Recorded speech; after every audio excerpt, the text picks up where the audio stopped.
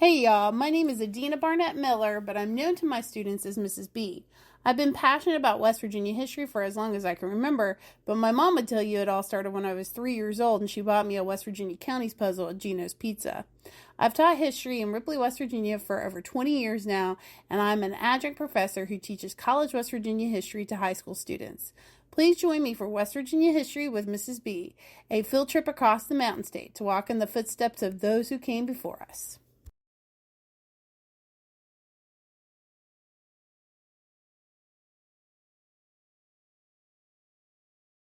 Well, first of all, welcome to Matewan. How many of you have never been to Matewan before? Okay, most of you. All right, that's good. Okay, well, welcome, and I'm glad that there's a lot of teachers here, and it's always a good thing to see that. I have a big section in my book where I talk about how poorly history has been taught to West Virginians throughout the last few generations, and the impact that has on people. And if you go into the museum also, in the last section of the museum, you will look at West Virginia history textbooks as they have been used throughout the decades. And we have them turned the pages where the mine wars should be and where they're not, dating all the way back to the 1930s. So we have on that. So that's something that's been very important, is trying to fill in a gap. And to fill in a lot of gaps, because there's a lot of gaps to fill in when it comes to West Virginia history. And if you use textbooks that West Virginia history is often based on, sometimes they can be a bit inadequate, or sometimes a bit, shall we say, politically loaded in certain ways. But since I've got teachers here, I thought I would begin with questions. Okay, so let's do a little discussion kind of thing. Tell me what you see. Tug Okay. River, Water. See the Tug River. Pike County, Kentucky. Huh? Pike County, Kentucky. Okay, we see Pike County, Kentucky here. We hear a train. Okay, what do we see geopolitically here? Yeah, we see mountains.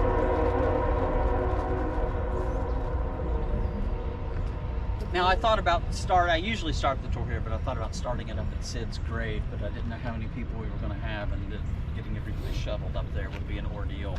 What's interesting about this town, if you're looking at it on a map, is it's an arc. Okay. With the river coming around it. Mm-hmm. Yeah, and it's also, this place is at the arc of Appalachian history. Mm-hmm. Okay? What you're, in some ways, and I was going to kind of do this at the top of the hill over there, across the cemetery where Sid's grave is. And by the way, I'm going to be interrupted several times by trains throughout the course of this. I've never done a tour where there's not been at least one train go by. So. But that means times are good if the trains are running. You have a good Used to. You have a good teacher's voice that you can project. Yeah, well, I think Arch Cole knows whenever I'm talking, and they just send something by to try and get that taken care of. All right, so anyway, what you see in some ways is a microcosm of Appalachian history right here in this town and in this area. And we're talking going all the way back. And this is obviously a boundary between West Virginia and Kentucky. But this place is a lot more than that, because in a lot of ways, they know, in a lot of ways, everything about who we are and about how we are perceived to the rest of the nation comes a lot from the events that took place right here. And I'm not just talking about the mine wars either. I'm talking about going all the way back. Those of you, I know we've got a lot of Upshur County people here, right, around Buchanan, a lot of that, right? When you leave West Virginia and you go to other states and you tell them you're from West Virginia. I hate to interrupt, there's a bald eagle. Oh my goodness. There it is.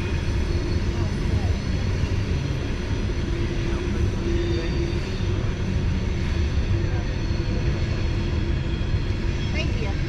It was down the waves earlier. You don't see those very often. Well, anyway, we planned that on the floor. We had somebody write some talking in the background, and then it goes through. So, where was I? Everything that encompasses who we are, right? When you ask somebody, Yes, and when you leave the state, you tell people you're from West Virginia. They don't differentiate from where you're from within the state of West Virginia, right? And West Virginians within the state, now they differentiate, right? they usually don't differentiate us from Virginia. Huh? They usually don't No, they don't do that. differentiate. They'll say, Which "How part of near Virginia? Yeah, do you live near Richmond? I've been to Virginia Beach. I'm sure you've heard that one before. All the other things that you might hear, you know the jokes, right? Within West Virginia, of course, it's very different. It's within a microcosm, because in West Virginia, the hillbillies are always down the road, right? Yeah. Right? They're always down the road. You're like, oh, well, there are hillbillies, but they live over that way, right? They live a few miles down the road. Or the people that live down the road would be like, those people over there, they're snooty. They think we're hillbillies. Okay, but you have that in almost every single county within the state of West Virginia. But when you leave the state of West Virginia, there's no difference in how you're perceived. It doesn't matter whether you're from Wheeling, Charleston, Mingo County, Logan County, Berkeley County. It doesn't matter where you're from in the state of West Virginia. As soon as you leave and go to other places, the same stereotypes are kind of hoisted on you, right? Well, where does that come from? A lot of it comes from right here, okay? Now, this history goes all the way back to the French and Indian War when you talk about Europeans and whenever they came in. Of course, you had settlers that were not that far out here, but the Sandy Creek expedition led by Andrew Lewis, who was the founder of Lewisburg, and also he was part of the Battle of Point Pleasant that were just celebrated commemorated the 250th anniversary of Point Pleasant and that battle and its significance to the frontier.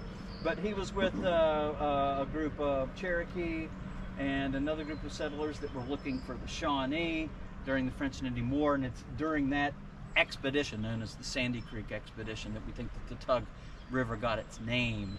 That they ran out of food as they were on the expedition, and they eventually resorted to eating their leather shoelaces, which they called tugs, by the side of the river, and that's where we get the Tug River from. And so this becomes in some ways a battleground, first of all for displacement for the tribes that were partly living here and partly using the area as hunting grounds and fighting against other tribes for control over the area. It's really complicated if we want to really get into the frontier history of the region. But as you went forward, this becomes a dividing line in the Civil War, and it also becomes a central place in the Hatfield-McCoy feud, right? And it's just a short distance away from here where Devilance Hatfield took the three McCoy brothers across the Tug River and shot them The historical marker is right across the river. Yeah. It's that park. Yeah. Yeah, so I mean we're very, very close to the spot where it happened. The land that you're standing on belonged to Devilance Hatfield. This was Hatfield land before there was a town of Matewan. And whenever people think of a hillbilly, what do you think of? What image comes to mind? Barefoot, tattered pants, corncob pipe. Yeah, Moonshine. Yeah. yeah, moonshine. Sounds like Squirrel Hunting Sam. Yeah, Yeah. There's an accent. yeah, there's an accent. Facial hair, Oh yeah. Beard. Full beard. yeah, beard. Even Right. on the women, Huh? right? Even on the women. Right, you have that idea, the bearded guy with a hat, probably a rifle, right, or a shotgun, the whiskey, you know, the moonshine, the bare feet, and a lot of those images come from photographs of Devilance Hatfield, right, and of the way that the feud was portrayed. There was a New York journalist by the name of T.C. Crawford that came in and wrote a series of articles that were syndicated and published nationwide, and it was later put into a book. And it's from a lot of those images that we get the ideas, or at least the visual depictions of the modern day hillbilly. Now, there were other writers at this time that were starting to write fictional accounts of this region, guys like John Fox Jr. and other writers that were starting to put forth this idea. But the idea that this place was different than the rest of America, or this place was a little off from the rest of America, or this place was a little bit behind the times from the rest of America. That's very, very intertwined with the events that took place here. Feuding mountaineers, a backward culture, people that are prone to violence. And this was a violent place, right? Mm-hmm. And there was a lot of violence that was taking place here, but let's keep in mind that at the same time there was a feud going on here. You also had things like the gunfight at the OK Corral going on out west, the Wounded Knee Massacre that was going on out west. You had Battle of Little Bighorn that was going on out west. You had tons of violence that was happening out west. For some reason, when violence happened here, then there's something wrong with these people. Right. Why is that? When the violence wasn't extraordinary for the time period, but people put an extraordinary meaning onto it. Well, as it turns out, Devilance, the land that they happened to sit on, had coal underneath it. And what started out as just a few isolated incidents, that weren't even that far connected to one another about the feud, ended up being turned into a fight to drive the Hatfields off their land so they could get access to the coal that was here, right? So what happens here is a lot of the families that come in here and settle and try to make a life for themselves, ultimately they're going to be displaced. Now, first you had the Native Americans that were displaced. About 100 years later, the people that came in and settled in place of the Native Americans, a lot of them get displaced and lose out on their lands. One of those lands was my own family's land. We had land on Cabin Creek, around 2,000 acres on Cabin Creek, lost it all to the coal industry around that time period. Does anybody know how the coal industry came in and got land? Not the mineral rights. Okay, yeah. At first, they came up with the concept of mineral rights. They came up with the concept of the broad form deed. Whenever families wouldn't sell to them, they created the broad form deed, which allowed them to buy the rights of what was underneath the land and say that legally you only owned the topsoil whenever you had that. They did a few other things too, one of which is they went and bought Revolutionary War deeds. I talked about this. We did a panel on Point Pleasant the other day at Marshall. And what you had is a lot of Revolutionary War soldiers were promised land if they served after the war. Well, a number of them didn't cash in on the land because some of the land that they were promised was out here in Western Virginia, and a lot of them didn't want to move out here in the 1780s and 1790s, and some of those deeds went unclaimed, and they were in Virginia courthouses unclaimed. Well, West Virginia then later becomes a state. New deeds are written up. The coal industry came in the 1890s and bought up a bunch of those old deeds from Virginia courthouses and said those deeds were the original deeds and they had the actual right to the land. And the people that had the West Virginia deeds didn't have legitimate deeds, and so they would take them to court. At first, locals would win the court cases, but then the industry came in and packed the West Virginia Supreme Court. This is largely because of stacking the court system and kind of taking over the local politics.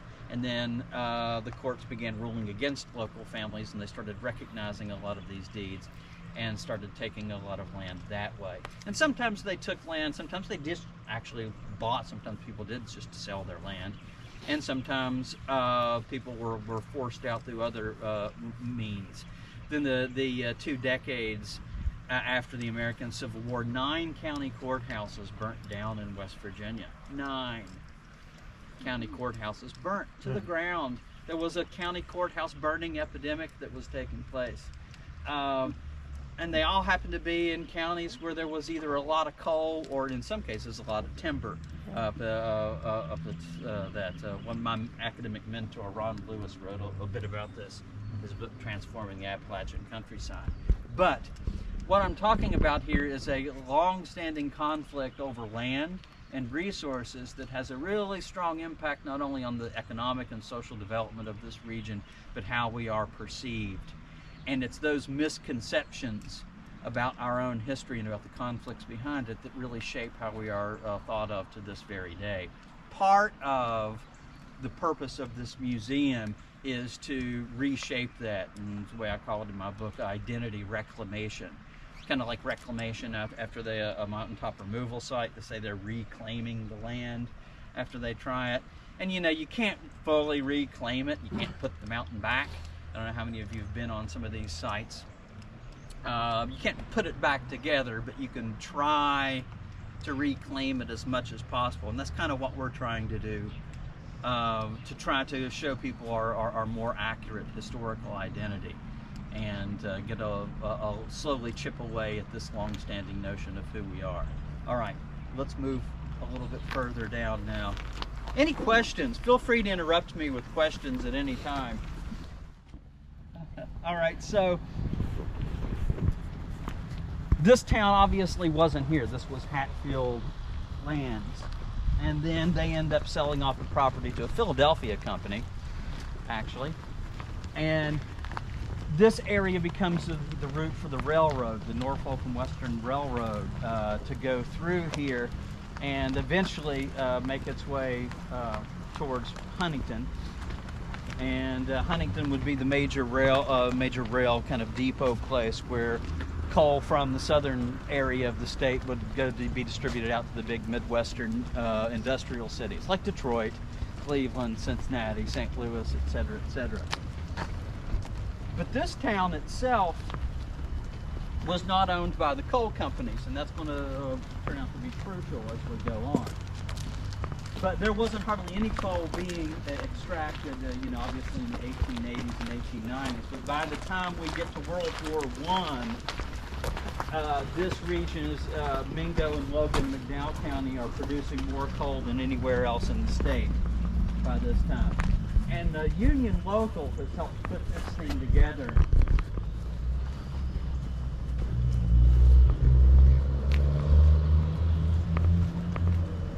The Stone Mountain Coal Company was one of several companies around here.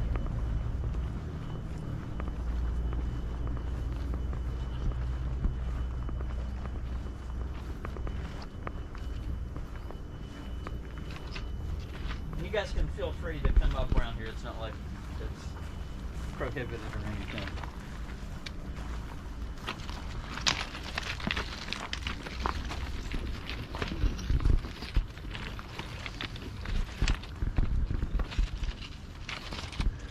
So if you have time to go around in the museum, the first section really deals with the job of coal mining itself, right? And what that was like. How many of you anybody have coal miners in their family? Right?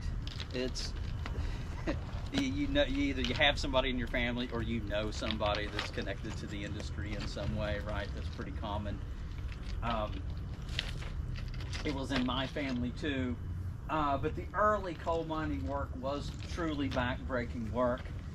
They were paid by the ton, not by the hour. I'm sure many of you already know this information, but I'm kind of recapping some of it here. Paid by the ton, not paid by the hour. In these non-union mines, of course, they were kept in a constant, system of debt. Because you started out with your job, you had to pay for your own equipment. They didn't provide you with equipment to mine, so you had to pay for your own equipment, right? So you're immediately in debt to the company store because they front you the money and they're going to take that out of your paycheck, right? They usually front you things, the money, and then you end up paying out of your check, and so you actually either don't get much of a check at all, or you end up in debt, and you're constantly in this state of debt, so you're kind of trapped within this system. Also, a ton didn't necessarily mean a ton. They often fixed the scales, so coal miners called it the long ton that they had. And one of the big strike demands for the Paint Creek, Cabin Creek strike, which was the first big strike of the mine wars, was that they wanted the miners wanted a check weighman, a guy that would come along that they would hire, would make sure that the scales aren't fixed, that a ton would count for actually a ton when they were mining it, so that they would just get fair wages. And by the way, if you look back at the strike demands the Paint Creek Cabin Creek strike, the original strike demands they make, they don't ask for a pay raise. They don't ask for more money. Okay, it's one of the most violent strikes in American history, and they don't ask for more money. They ask for things like right of assembly, right to join a union, a check weighman, a few other strike demands that they had, but the abolition of the mine guard system. Payment in American money. Yes, yeah, thank you. Thanks, Lloyd. Yeah, payment in American money, so that they're not paid in scrip. We've got a really cool piece of scrip over there. We've got a bunch of scrip over there because people just like bringing a scrip. We don't have any shortages of scrip or coal miners' hats. We've got plenty of those, and plenty of carbide lamps. We have enough of those to do a carbide lamp museum. Not that we're not grateful for people to clean out their attics and bring their stuff to us, but we get a lot of that stuff. Anyway, though, we got a lot of script. One piece of script is really unique. It says, and it's on display in there by a jar. This is good for one loaf of bread. Is what the coin says. Imagine getting that on your payday. Not only are they not paying you in American money, they are giving you coinage which dictates what you can buy with that specific coinage. So it's you can imagine the anger and the resentment that would simmer and that would build up all over the course of time. And we're not just talking about that, the backbreaking part of the labor, that you'll see a breast auger in the museum up on the wall, you know, that they had to go in and they had to use to drill the hole, stick the dynamite in, you know, you blast your own area, you move around, and then you shovel it up. Really hard, really backbreaking work, and really long, grueling work. And let's not even get into the deaths in the mines. It's a statistic I always quote, but between 1880 and 1920, West Virginia miners suffered a higher proportional death rate than the American Expeditionary Force in World War I. Okay, so you had a higher death rate in the coal mines than you did for American forces in World War I. Now that probably wouldn't be the same if we'd fought the war, the whole war.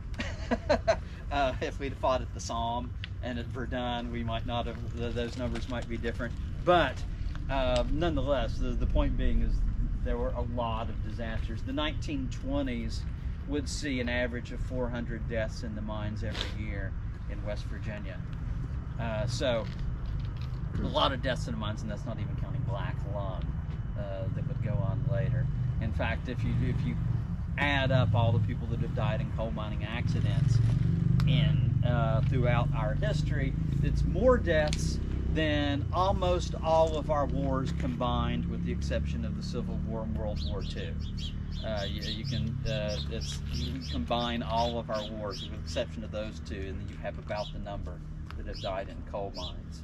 So a lot of hardship and a lot of debt. You also had a lot of diversity that was coming into this region too.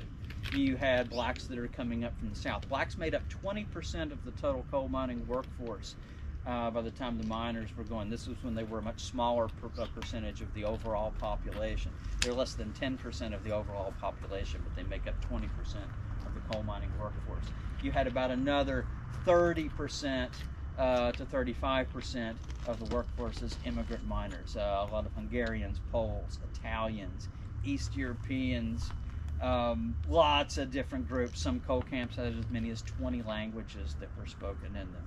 And that's why the United Mine Workers Journal, whenever they came out, they had an Italian section and a Hungarian section in their journal in different languages, just so that their membership could do that. But with all, the idea is that the coal companies wanted there to be a lot of diversity, not because they celebrate diversity, but because they believed that if there was all these diverse groups, that they wouldn't get along and they would be less likely to unionize and they would be less likely to get together. But in fact, the opposite just happened.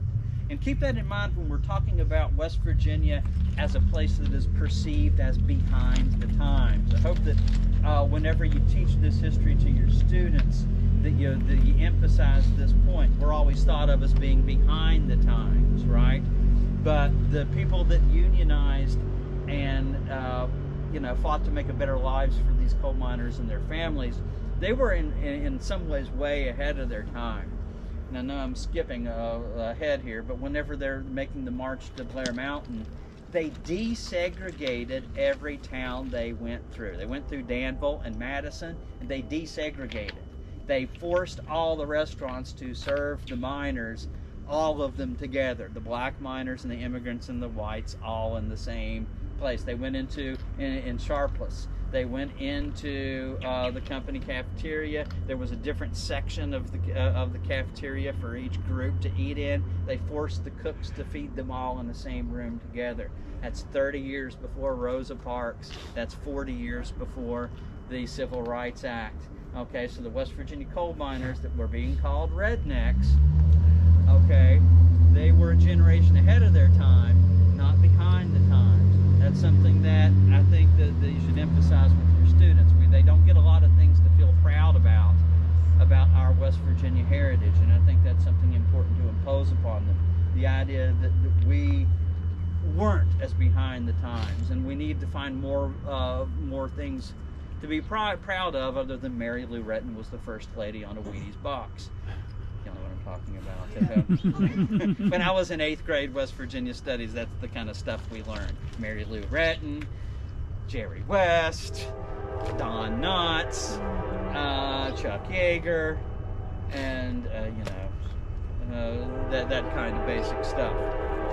So there was a transition from these settler families coming into this place, kind of living out on their own, a little bit in isolation, to a new industrial world. And by the way, West Virginia coal played a very, very significant part in both World War I and World War II. I should mention that West Virginia, and I'm getting way ahead of myself here, but in World War II, West Virginia alone produced 30% of the coal that the United States used in World War II.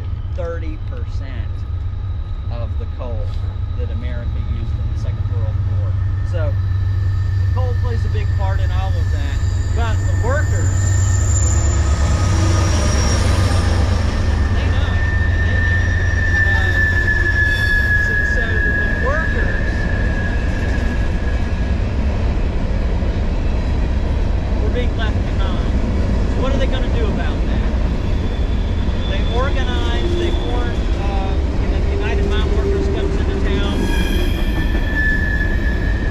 and they start those strikes beginning in the Canal Valley and Paint Creek and Cabin Creek. Again, that's where my family kind of comes into it. My great-grandfather was Frank Keeney. He was the guy that took over the Paint Creek and Cabin Creek strike along with Fred Mooney. And after they win that strike and begin to establish the Union in the southern part of the state, he gets elected president of the Union in West Virginia. And by the end of World War I, all of the state is now unionized, except Mingo, Logan, and McDowell County, the only three places that are unorganized. And so Matewan, being the only place around here that the coal companies didn't own, becomes the beachhead by which they're going to try to bring unionism into this area.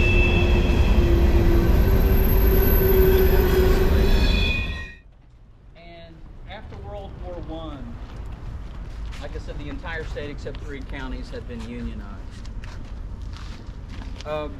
Union organizers that tried to go into Logan, Mingo, and McDowell County often did not meet with very warm receptions. Logan County was kind of run by a guy by the name of Don Chafin. Very interesting and controversial figure in his own right. His house, by the way, is on the National Register of Historic Places and is in downtown Logan. If any of you ever go to Logan, they decorate it up at Christmas time. The city of Logan has gone to great lengths to preserve that house and preserve his legacy, by the way. I bring that up because we tried originally to do a museum in Blair in Logan County, and we met with extraordinary resistance in the county politics. They did not want a mine wars museum in Logan County, to the point to where they, threatened to burn it down. They would take coal security. We had a little place in Blair for a while, for about a year, and they would have their security, and they would park there overnight and just like harass the people that worked there. We got a lot of threats. There were a lot of other things that happened whenever we were trying to preserve this history. Arch Cole, by the way, has since that time gone on and bought every single property on both sides of the road in the 6 miles leading up to Blair Mountain. There's no coal where they bought the property. They bought the property just so we can't put anything there.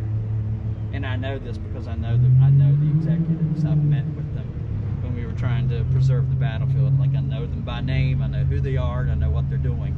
And that's exactly what they did. They bought every piece of property on both sides of the road just so we couldn't put anything there.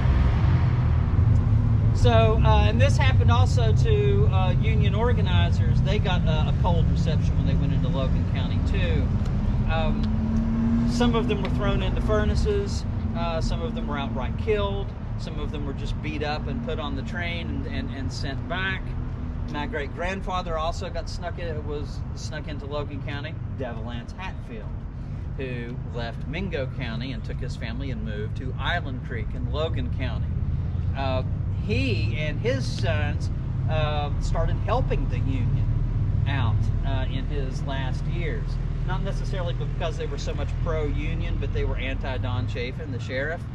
They had their own moonshine places, and this was during Prohibition, and Chafin shut them down because he had his own moonshine operation, and he had his own speakeasy in Logan. It's still there today, by the way. It's below a bowling alley, right across from a Wendy's in Logan. And so his place was the only place where you could get whiskey in Logan County because he shut down all the other moonshine places. So the Hatfields hated him because of that reason. And so they started helping the Union because they hated him. That's county politics in West Virginia. You guys should be well aware of how that works, right? Yep. Grudges. County policies can be changed on grudges, right? And on just territorial markings, right, that people try to make. Anyway, though, they would sneak in, the Hatfields would help them sneak in Union organizers into Logan County. And they went on mountain passes on horseback. And the Hatfield boys would sneak in my great-grandfather, and they had light signals that they used to get them in and out of the county so that the mine guards wouldn't know them. So that was a rough reception in Logan County. Matewan, however, was a little bit different. Like I said, it was independently owned, and they had a local leadership that couldn't be bought out. Coal companies tried to buy out the mayor. They tried to buy out the chief of police, and Sid Hatfield was the chief of police of Matewan. He was not the sheriff of Matewan. Yeah. The county has a sheriff, but the town had chief of police. Some people mistake that and call Sid Hatfield the sheriff. He was not the sheriff.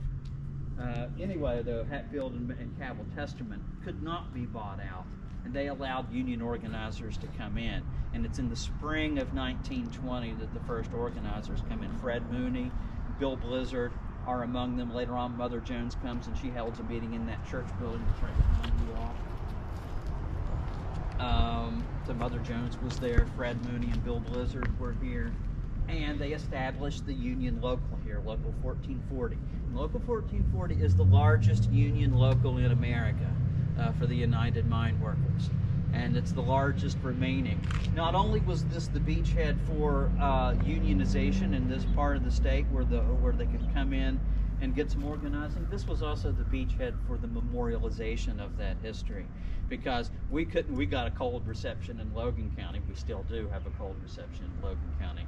I told you I was leading a group called Friends of Blair Mountain. They've got restraining orders on people in my group from entering coal company property. Okay. Southern, the college where I teach some in Logan, y'all know where Running Right Way is? Mm-hmm. Where they were going to do some classes over in Running Right Way. This was a number of years ago. But they wouldn't let me teach on their property. I was not allowed to teach a class on their property. They specifically named me, said he can't come on our property and teach a class. So don't think that this is something that is distant past. Right. Okay, we had a very cold reception there, but it's here where we got a warm reception, and this is why we were able to build the museum here, is because the union local here got behind us, and they worked with us. And I hope that they're still in there. We can walk in and say hi to them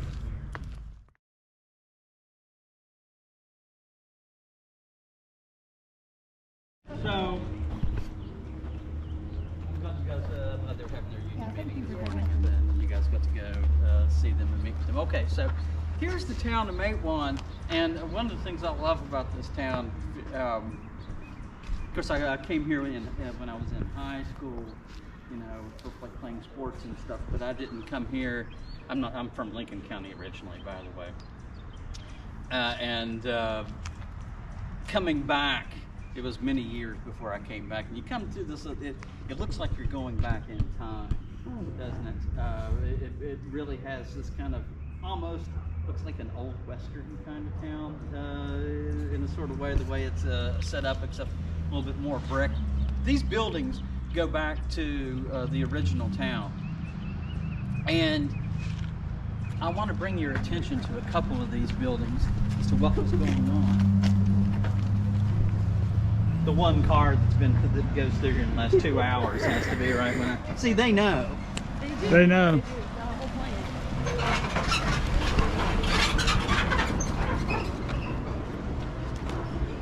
So, what you're looking at right here is a couple of little places. There was a little restaurant here and a jewelry store here that was run by the mayor, Cabell Testament.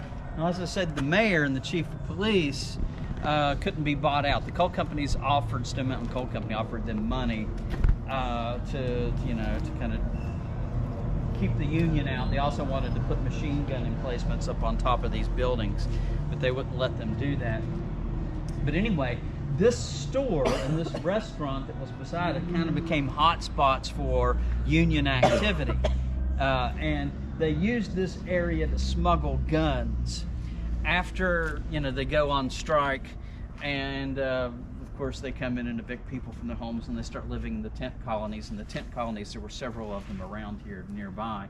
This was kind of the fulcrum point to where they would smuggle guns and ammunition into town.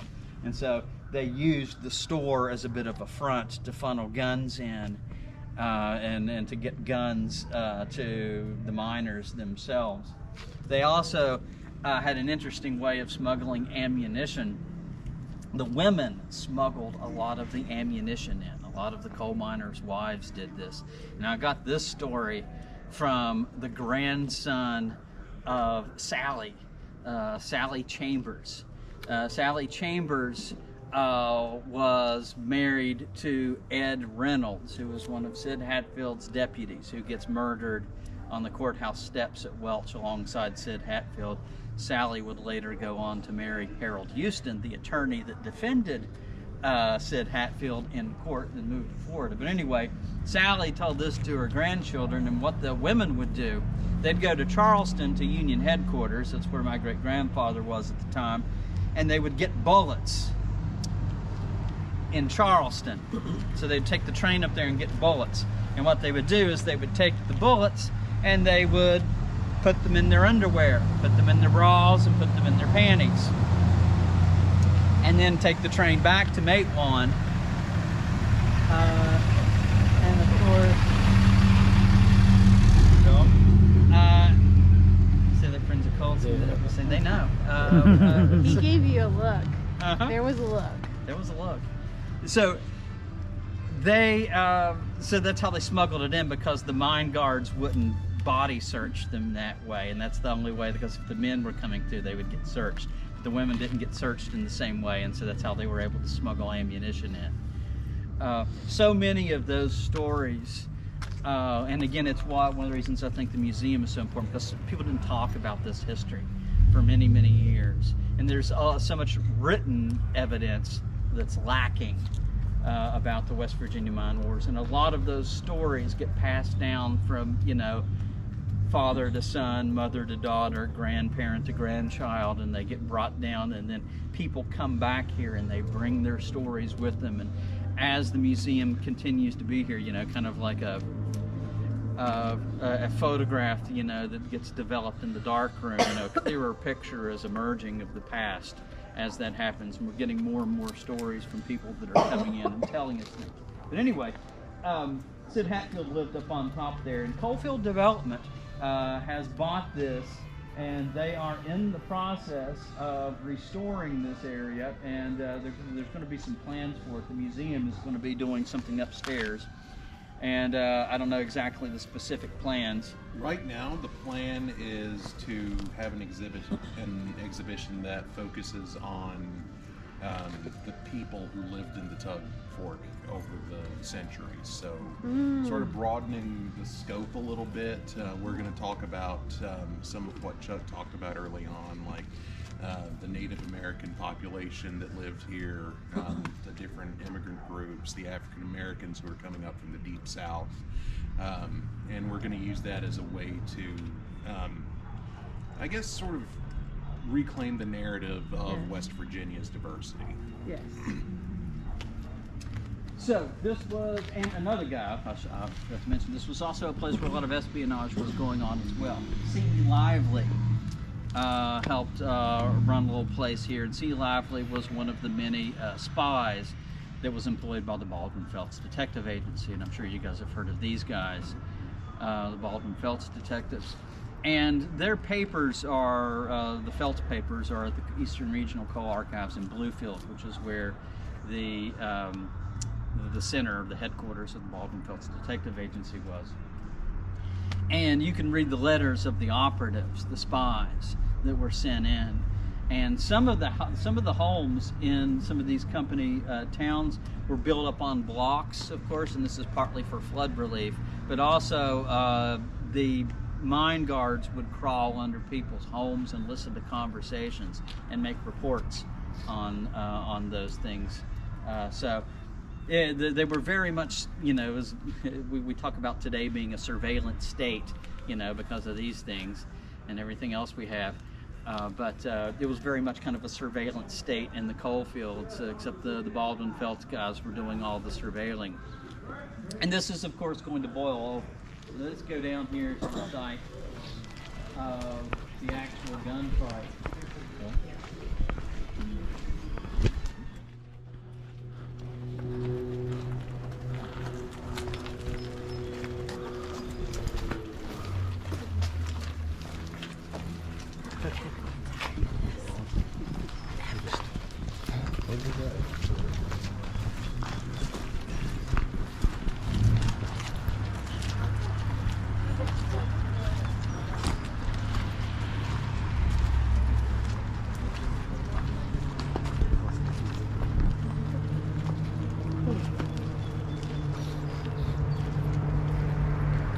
So how many of you have seen the movie Matewan? Most of you have seen the movie Matewan? Yeah. It's a good old movie. There are some other attempts to bring the mine wars to film and television that are undergoing right now. So we'll see how that works in the process. There's been a lot in recent years. Several more novels have come out in the last 8 or 9 years. So it's becoming a more popular, more nationally known topic. We'll see how some of that pans out. And some of it makes me excited, other bits of it make me nervous. Because a lot of other people from out of state coming in going, hey, this is a great story, and then it's absentee storytelling. Yes. But anyway, if you've seen the movie, in the movie, of course, they come out, it's filmed in Thurman, in Fayette County, and they do a kind of like an Old West shootout, the way they film it. You know, they both walk up to each other, you know, in the middle of the street, and they have their kind of showdown, you know, and then the gunfights. That's not exactly how it showed up. By the way, we've got a pretty good exhibit that we've just refurbished in the museum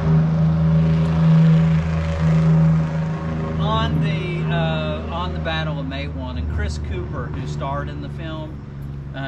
He and some of the other people. I gave John Sayles, the director of the film, a tour of Matewan a few years ago. In fact, it was the very first tour I did, which was with the guy who directed the movie Matewan. What's funny is he made the movie, but he'd never actually been through Matewan himself. So it was cool to do that. But then we've kept in contact with other people. James Earl Jones, who just died, he gave a few $1,000s to our museum. So we've gotten some support from the people who made that film. And Chris Cooper, I wrote up a little script, and Chris was kind enough to narrate it. So if you go in there and click the button, you'll hear his voice narrating the story of the Battle of Matewan in 4 little parts. He did that for free too for us just a few months ago. So it was really cool to get an Academy Award-winning actor who gets paid millions of dollars to just do this for us for free. So that's the kind of support that we've been able to get. But anyway, so they have union meetings here. They're making this big organizing drive to get these last 3 counties unionized, and there's a lot more going on with it. I'm not going to give you the full the whole 9 yards here, but ultimately, as many of them sign up, hundreds sign up to the union at first, and then there's going to be thousands that are going to sign up. But as this happens, of course, as this was happening, the Stone Mountain Coal Company instituted or tried to enforce what they call the yellow dog contracts, and you're familiar with those. We've got a copy of one of those yellow dog contracts in the museum up on the wall, so you can read it and see what it specifically what it said. But if you didn't sign the yellow dog contract, if you joined the union, you got fired. On the morning of May the 19th, 1920, that's when the Baldwin Felts detectives show up, and among them are 2 leaders. You had Albert and Lee Felts, who were, of course, running the company, and you also had a guy by the name of C.B. Cunningham that was with them, too. Now, these guys had played a big role in the previous Pink Creek, Cabin Creek strike, and they were there fighting against the miners there. Cunningham was there also, as well as Albert and Lee Felts. They were also the Baldwin Felts Detective Agency, particularly these 3 guys played a big part in the Ludlow Massacre. You guys ever heard of the Ludlow Massacre, which took place in the following year in Ludlow, Colorado, after the Pink Creek, Cabin Creek strike? And this was when the mine guards attacked a tent colony with machine guns, and fire broke out, and it killed a number of people. I believe it was 14. Is that right? So. Mostly women and children. Yeah. 14 people, but it was Cunningham and Albert and Lee Felts that led that attack. Okay, and From an armored car, no less. Yeah. Yeah. That whole strike is another crazy story too. The Colorado coal strike that took place right after Pink Creek, Cabin Creek. Same tents, by the way. Same tents that were used in Cabin Creek and Pink Creek that housed the families were then shipped as soon as that strike was over into Colorado to shelter those families. But anyway, and I pointed out that those 3 guys that were a part of that, part of the Pink Creek, Cabin Creek strike, part of the Ludlow Massacre, and now part of what happened to Matewan, all 3 of those individuals would die on this day right here. So they would come to a violent end here on this day. Well, what happens? They come into town, check it. They go over to the hotel, and then they go out of town to evict families and spend a lot of the afternoon. There's some confrontations with Sid Hatfield and Cabell Testerman, the mayor, before they leave. Meanwhile, while they're gone, people are getting angrier over what's happening, and Sid he makes a lot of deputizes a number of people in town. Among them was Ed and Reese Chambers, who owned a hardware store that sat right here. Now, this was kind of the front of all of these stores 100 years ago. Okay, so that road, of course, was not there 100 years ago. So the railroad went right through here, and that was just the other part of town, little jailhouse over there, and it's been restored. And at some point, we need to get our tour to go over to that side and talk about those things whenever we have like 4 hours to kill. But so it would have looked a little bit differently. But this was kind of the fronts of the stores, and this was Chambers' hardware store right here. And this was actually the original spot of our museum. right here, where Chambers' hardware store was. But anyway, they deputized Reese and Ed Chambers. Ed would play a big role in subsequent events that would take place. So they get back into town, right? And you see that little depot replica when you drove in? That little replica of the railroad depot over there? Okay, well that's set on the opposite side of these, the original set on the opposite side of these tracks. So the railroad depot is right about here. And so they came over to wait for the 5 o'clock train to come into town. And as they're waiting on the 5 o'clock train, Cabell Testerman comes up and they start getting into a confrontation with the Phelps brothers. And they do it right outside this door. Like I said, in the movie, they all walk up to each other, but that's not what happened. They were arguing right here at this door. And you had Cabell Testerman and Lee Phelps were at the door. It wasn't Albert, I think it was Lee. Anyway, standing, was it Albert? Thank you. Okay, Albert standing at the door, and Sid Hatfield was inside the doorway, and they were arguing. Hatfield wants to arrest the Phelps brothers, and then the Phelps brothers say, "No, we've got a warrant for your arrest." They argue back and forth. Somebody fires a gun and hits the mayor in the stomach. Now he doesn't die till later on that night. They try to get him to the hospital. But, of course, there's all this controversy over who fired first. One story is, of course, that Phelps fired first. The other story is that Hatfield fired first because some of what the coal companies tried to prove in the court case was that Hatfield wanted to murder the mayor so that he could marry the mayor's wife. So you have all that going, that kind of stuff going on.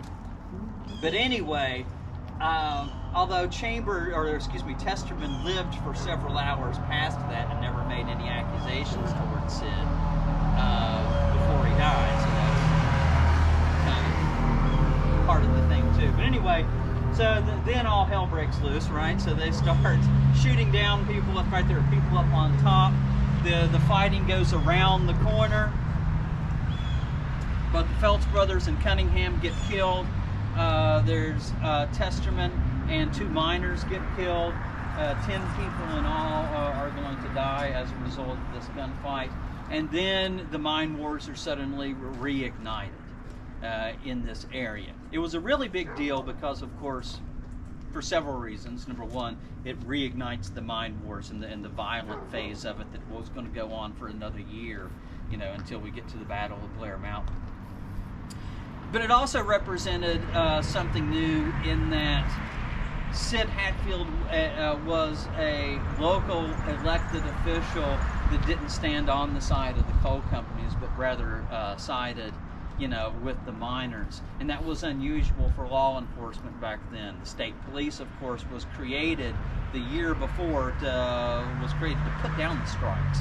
That's why the state police was created. I don't know if y'all know this, but specifically to put down these strikes. And they were brought into the strike zone, and there were a lot of conflicts. They attacked the Lick Creek tent colony. State troopers slashed all the tents, took the food, stopped the food shipments that were coming in, and arrested a lot of people, shot and killed somebody else.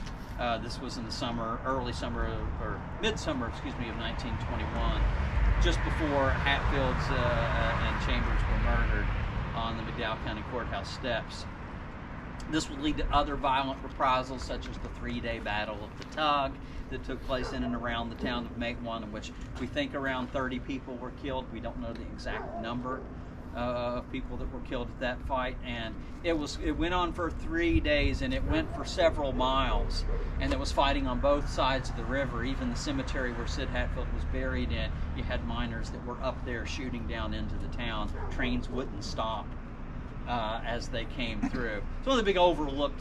The 3-day Battle of the Tug is really overlooked by a lot of histories, and it doesn't get a lot of focus on. An estimated 100,000 rounds of ammunition fired over the course of that night.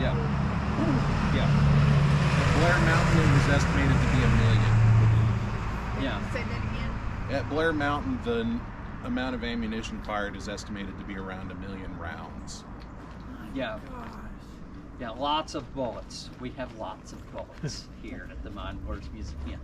That's something we do not have a shortage of, bullets. There. So, but Hatfield was a law enforcement officer that sided with the miners. About a year and a half ago, got a really interesting call in that the state police called us, and they wanted to send their cadets down here to do a tour of Matewan and go to the museum. And they wanted me to do a tour. I didn't know how to handle that at first. Because I was like, how do I tell them this story? And I was thinking about that because they were all, there was a big group of them, close to 50, you know, all cadets. They were all calling me sir too whenever I would ask them questions. Yes, sir. It was kind of funny. But they were all here, and I posed the question to them. The way I phrased it was, are you going to be a good cop or a bad cop? Okay, Sid Hatfield is an example of a good cop. There are other guys like J.D. Brockus that are examples of bad cops. And so, that happened in the mine works. It's like you're going to have a choice as a law enforcement officer, you know, and a lot of judgment calls that you're going to make. What kind of a law enforcement officer are you going to be? Which interests are you going to serve? You're going to serve the interests of West Virginians or the interest of the powers that be, Yeah. so to speak. So I tried to phrase it to them that way, and nobody arrested me, and I haven't been harassed since then. So I think it went okay. But I think as social studies teachers, one of the things I hope that you get from all of this is the importance of place. How when you go to certain places, the history becomes more alive to you. And hopefully that in the future, some of you can take students here or take students to other places that are near where you teach and where your schools are, to where your students can engage with the places where things actually happen. It will help make it a lot more alive for them. I think it's hard not to feel the history of this place if you're walking around in it and not feel that it's still alive by going in there, talking to the union members, seeing the things, looking at the bullet holes, you know, that are here. That, and I say this often, I'll say it again, you don't study Blair Mountain to learn about the way things were, you study about Blair Mountain to learn about the way things are. And so a lot of those issues that they dealt with 100 years ago, we're not in tent colonies like we were 100 years ago, but a lot of these core issues are still very much at play in the things that affect us as West Virginians and, you know, workers, you know, all over the country and even the world in our globalized situation that we have today. So guys, I thank you all for all your attention and for being patient with me today. If we, I would love it if we could go up on the cemetery, but we've got like too many people. I don't know if you want to take them up there later on today or something. But we could do like I could go later. Yeah. But thanks so much. You have any questions? Anything? Would that have been where Sid's office was? Or Yeah. Yes. Walk outside of the city hall side? Yeah. It's yeah. So yeah, that's about all I have. If you want to know more about all the stuff we did to preserve the history in that fight, you can buy my book on self yours for only $19.95. I might be more than that. I don't know what we sell it for here, but anyway. What's the name of the book again? The Road to Blair Mountain. It's so good, y'all.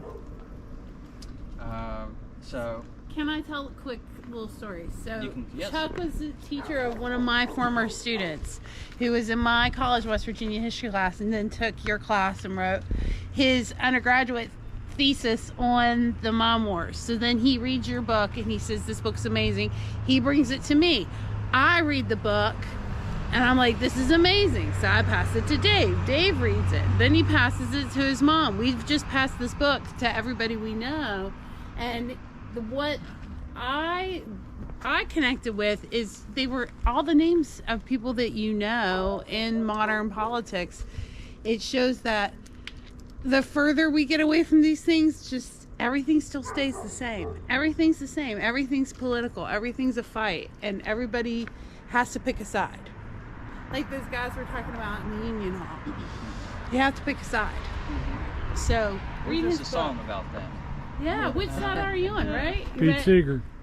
But the point is, you know, I'm gonna stand with Sid.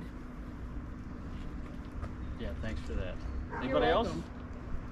It's an easy read. It's good. Just saying. Okay, thanks, guys. Coming down here. I'll let you all Thank you. do your thing. Thanks, y'all, for watching. Please like, share, and subscribe to West Virginia History with Mrs. B on both Facebook and YouTube.